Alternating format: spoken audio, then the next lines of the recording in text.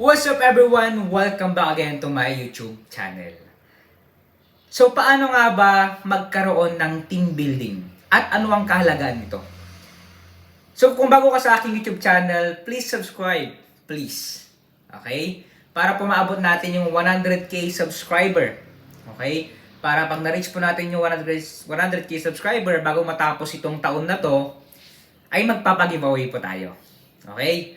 So, salamat po sa mga sumusuporta at nag-subscribe sa ating YouTube channel. So, punta tayo sa ating topic.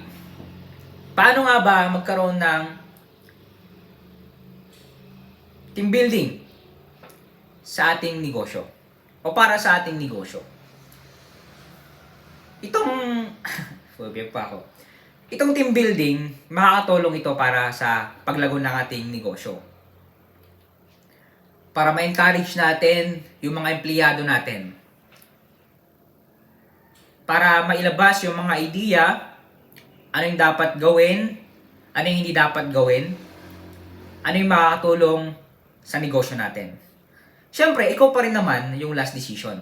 Because you are the CEO, you are the president, at ikaw yung may-ari ng negosyo. You are the leader.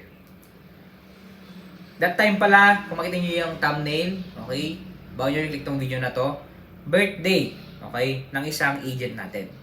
Ina-appreciate natin sila, hindi dahil purihin sila, kasi pinapasahod naman natin sila. Ina-appreciate lang natin sila dahil sa pagtatrabaho nila sa negosyo. Sa akin naman, kaya tayo naggaganon para ma-appreciate natin, especially pag deserving. Okay, kailangan i-appreciate yung tao na yun. Masalo pag yung talaga nagpupursige sa pagninegosyo. Okay naman sa trabaho. So, ang kahalagahan ng team building, para magkakilala kayo, okay? Para maayos yung dapat ayusin. Okay, sabi ko sa inyo kanina. Especially, hindi lang naman sa negosyo eh. Parte rin sa loob ng company. Kasi magkakaroon dyan ng envy, jealousy, okay? Samaan ng loob, awayan. Doon natin naayusin lahat. At kung ano yung dapat alisin, alisin. Parang sa church lang yan. Kung ano yung dapat tanggalin, tanggalin. Yung iba, kaya tinatanggal nila kasi para hindi madama yung iba. Yung iba, hindi mo na tinatanggal, baka pwedeng magbago. Kaya sa loob ng negosyo o sa loob ng company, kailangan natin yung team building. Magpalakasan. Okay? Para ma-encourage kayo. Okay? Yung iba, hindi ito ginagawa. At yung iba, hindi na rin kasama sa team building. It depends on the situation. Okay? Pero sa experience ko, masala pang mag-isa mo sa pangninegosyo, leader ka, wala kang partner, sila lang yung katuwang mo, maganda rin na kasama mo sila. Pero in reality, sabi ko sa inyo sa mga vlog ko, syempre, ikaw at ikaw pa rin mag-decide, mag-isa mo pa rin sa pangninegosyo. Kaya mahirap pag walang partner. We are still praying for that, especially in a partner in a lifetime. Kasi kailangan talaga natin yan. Okay? Pero like ko sinasabi na kailangan natin na syempre unahin natin ang Panginoon. Kasi yung partner natin mawawala din yan. Okay, dadaan lang yan. Okay? Mamamatay din yan. Mamamatay din tayo. Okay? So, ang suggest ko sa inyo, kailangan natin ng team building. Okay? Para naman maging masaya.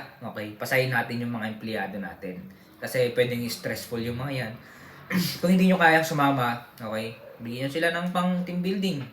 Okay? Yung sekretary mo, ipalig mo sa kanila. Okay? Para naman masaya sila. Yun lang naman yung masasabi ko as my experience. Pero pa tayong ginawang negosyo, okay? Negosyo reality. Sa mga gusto pong magbasa, mahilig magbasa, sa mga gusto magsimula ng negosyo, sa mga bagong negosyante, sa mga may problema sa pagninegosyo, o kaya sa kanilang negosyo, pwede po kayong bumili. At pwede ito yung solusyon ng inyong problema sa negosyo. May medyo mahal nga lang po ito, pero dito nyo po malaman kung bakit mahal itong libro na to. Kung sino mag-order, click nyo lang po yung Facebook page link po natin. Okay, click nyo lang po yan. Nasa comment section, nakapin po kayo, nasa description. Click nyo lang po yan. At huwag nyo po kalimutan na like and follow yung Facebook page po natin dahil po bago lang po yan. Okay? Para lang po kasi yan sa mga gustong mag-order ng libro natin. Sa mga mayayaman, hindi na kailangan magbasa, hindi na kailangan ng libro, pwede pa rin naman kayong bumili kung gusto nyo pong suportahan itong mga vlog natin or channel po natin. Okay? Pwede nyo i-display kagaya nyan. Huwag nyo po kalimutan na i-share po itong ating mga vlog sa mga naging-negosyo.